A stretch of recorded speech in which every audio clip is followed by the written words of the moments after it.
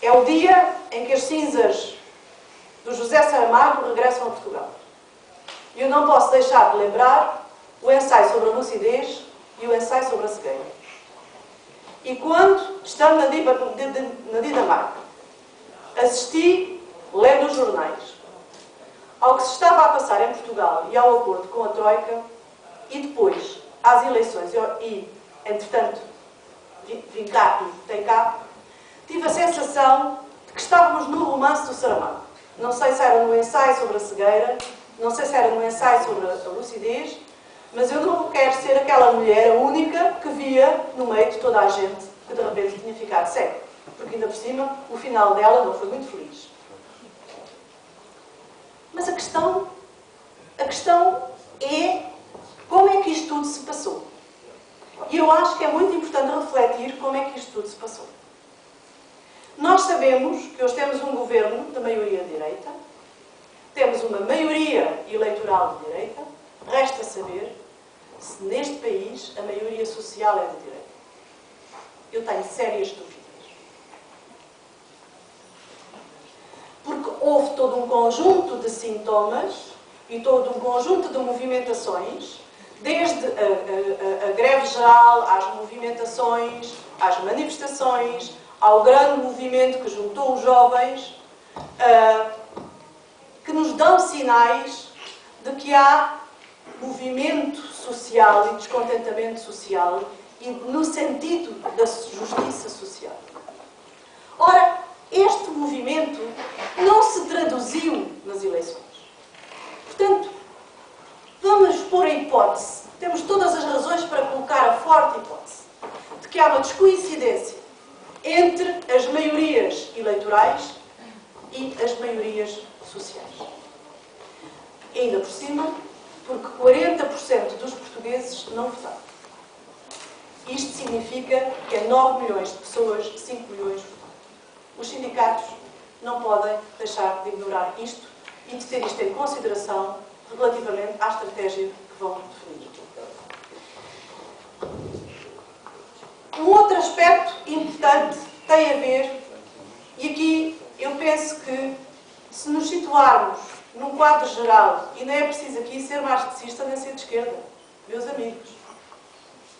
Não é preciso. O que está em causa e a política organizada e deliberada de recessão e de alinhamento por baixo e de esgotamento dos países da periferia europeia, inclusivamente, entra em contradição, certamente, com alguns setores produtivos do próprio capital que estão interessados em crescer e que podem estar interessados em desenvolvimento. Portanto, é preciso ter aqui, de alguma maneira, também a noção de que o projeto de direita neoliberal não é apenas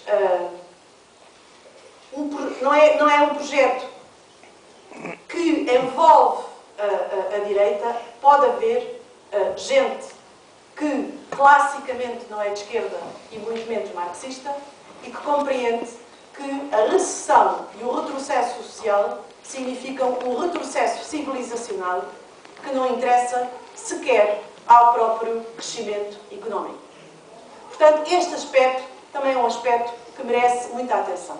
Ou seja, quando os sindicatos pensam na negociação e em fazer alianças, evidentemente que estas alianças e as suas articulações com os movimentos sociais no sentido emancipatório são as alianças fundamentais que é preciso fazer, mas é preciso ter em conta que é fundamental desmistificar esta ideia de que os sacrifícios que nos são pedidos, as imposições que nos estão a fazer, são para, no final, daqui a uns anos, recuperarmos e termos, finalmente, desenvolvimento ou crescimento económico.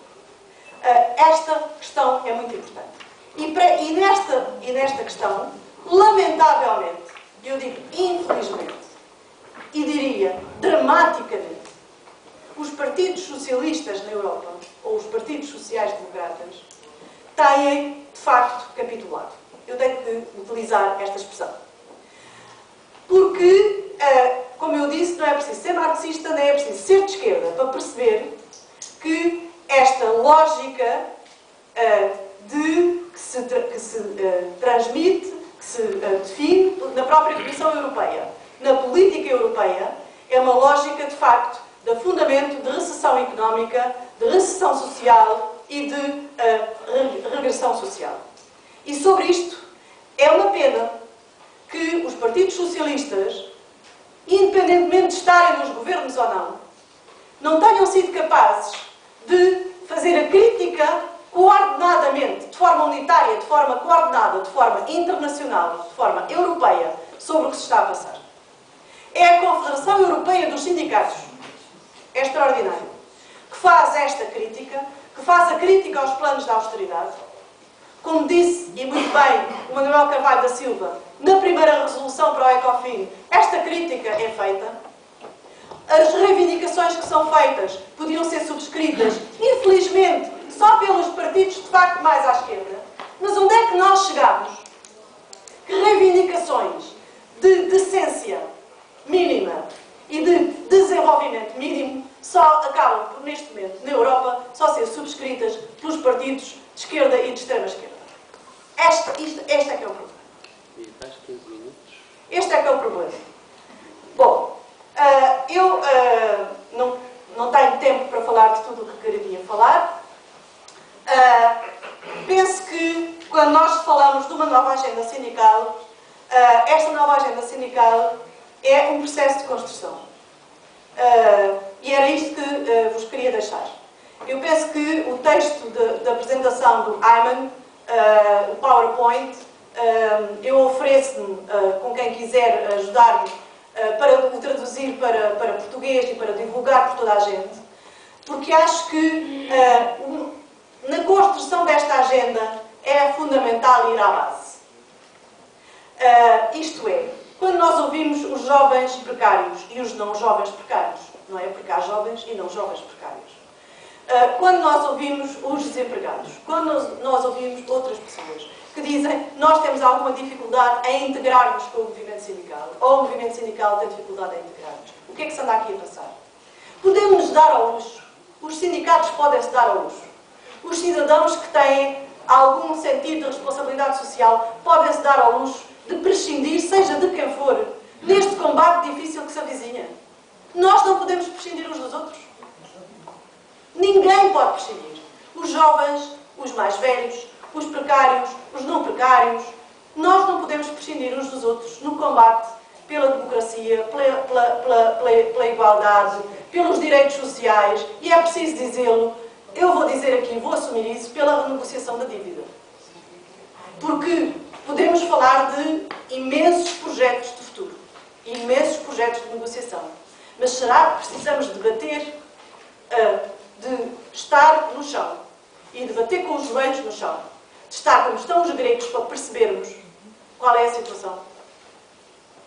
Desse ponto de vista, eu penso que esta construção desta agenda é uma construção internacional, é uma construção europeia, e eu diria que seria muito interessante que na CGTP, ou nos sindicatos, sindicalistas, pensassem em organizar um movimento que juntasse justamente regionalmente os sindicatos da Grécia, os sindicatos da Irlanda e os sindicatos aqui ao lado de Espanha.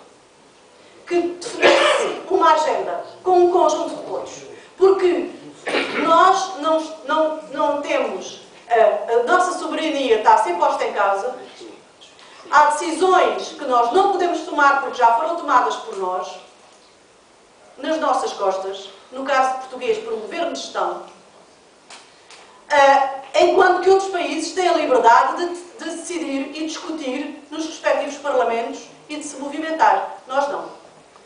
Aqui parece que há uma sanção financeira ao desenvolvimento da discussão política e da decisão política.